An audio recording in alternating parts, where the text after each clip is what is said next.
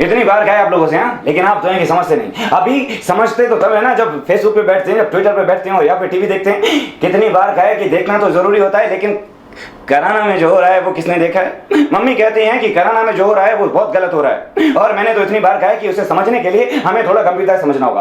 अरे भाई, आपको देवी और सज्जनों पता है कि हुकुम सिंह जी बीजेपी सांसद है और उन्होंने 8 जून को एक लिस्ट जारी की थी जिसमें 340 हिंदू परिवारों के नाम थे, और उनके अनुसार माना गया था कि भैया ये 340 परिवार जो है वो मुसलमानों के आतंक से डर के अपना शहर छोड़ के भागे हैं। लेकिन बाबूजी, इस पर जो यूनिवर्सिटी में किया है वो तो बहुत ही गड़बड़ कर दिया भाई।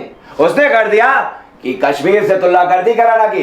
उसने बोला कि हिंदू परिवारों की संख्या बिल्कुल कश्मीर जैसे घट जाएगी। जैसे कश्मीर में हिंदुओं को वहां से निकाल कर मारा गया, वैसे ही कराना में भी मार दिया जाएगा। अब चोर गंजो चोर, अब हम है तुम अब भाग्य सब पानी कम है। अब इन लोगों ने बिहार में अभी बीफ ईटर्स और नॉन बीफ ईटर्स के बीच में इलेक्शन कराया था। क्या हुआ क्या तुम्हें मालूम नहीं? ये सिर्फ एक साजिश है। मोदी मोदी मोदी कहा के गला फट जाएगा। देखिए ये सारा का सारा चुनावी षड्यंत्र है। मैंने कहा भाइयों और बहनों, ये चुनावी षड्यंत्र करना भैया हमारा तो काम है। अरे हम ये नहीं करेंगे तो क्या करेंगे?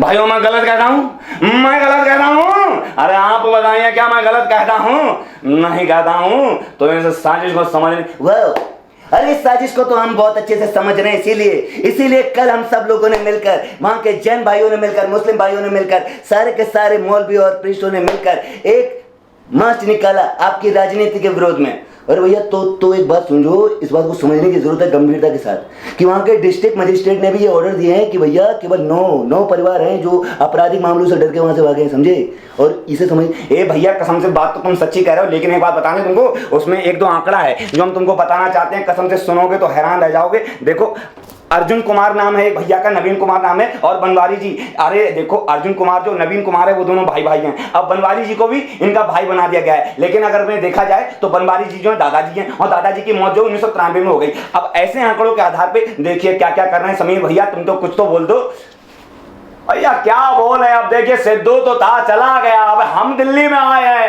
अब कैराना के नहीं थे, हम तो साला काशी के थे। अब हमको भी निकाल के भागा दोगे, हमको भी बोल दोगे साला हम भी डर के मारे भागे। अब काहे का शहर, अब दिल तो आ ही नहीं किसी के पास, कुछ तो समझ। अरे मैं तो कहता हूँ समझने की कोशिश तो हमें करनी चाहिए, लेकिन आप लोग समझते हैं कितना ये भी तो आप पे निर्भर करता है। अरे भाई मैं तो समझ गया, ये तो साजिश हो रही है।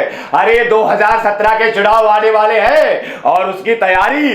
भाई साहब जब समझ गए तो इतनी देर क्यों करते हैं? मैं तो कहता हूँ आप इसे समझने की गंभीरता को समझिए, क्योंकि ये जो भाई साहब है जिनका नाम है बीजेपी सांसद जी, हाँ मैं उन्हीं की बात कर रहा हूँ, वो 2013 के मुजफ्फरनगर दंगों के दौरान वहां पे आपराधिक मामला दर्ज हुआ उनके ऊपर। और बाबू भैया मैं आपसे कहना चाहता हूँ एक बात और, मैं रुकने पे मत बोलिएगा, मैं केवल ये कहना चाहता हूँ उसी राजनीति को करके देख लो ये क्या बन गए। साला मैं समझ रहा हूँ तेरी बात को, लेकिन तेरे को बोलना नहीं आता है, समझा ना? देख असल में क्या हो रहा है मैं तेरे को समझाता हूँ अच्छी तरह से बोल के। ये बंदा जो है इसी राजनीति को कर पे सांसद बना है, विधायक से सांसद। इसी तरह से ये सांसद अपने विधायक घरों में ढूंढना चाहता है। 2017 के चुनावों की तैयारी है, ये क्या है हिंदू मुसलमानों को लड़ाने की तैयारी है। साला मैं कहता हूँ समझ जा, वरना भाग जा यहाँ से। मैं शिवाजी राव बाग लेकर मराठा मरता है, समझ, वरना चल जा।